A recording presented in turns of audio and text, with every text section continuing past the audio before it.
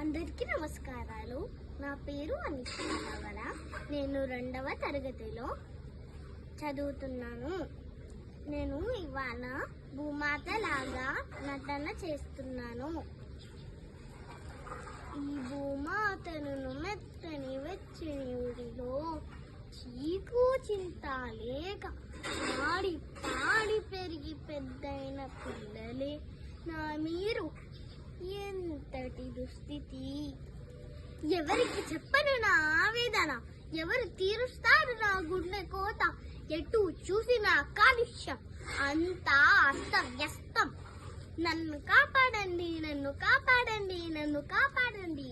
పిల్లలారా, చెట్లను పెంచండి, కాలుష్యాన్ని నివారించండి, ప్లాస్టిక్ వ్యర్థ పదార్థాలను ఉపయోగించకండి.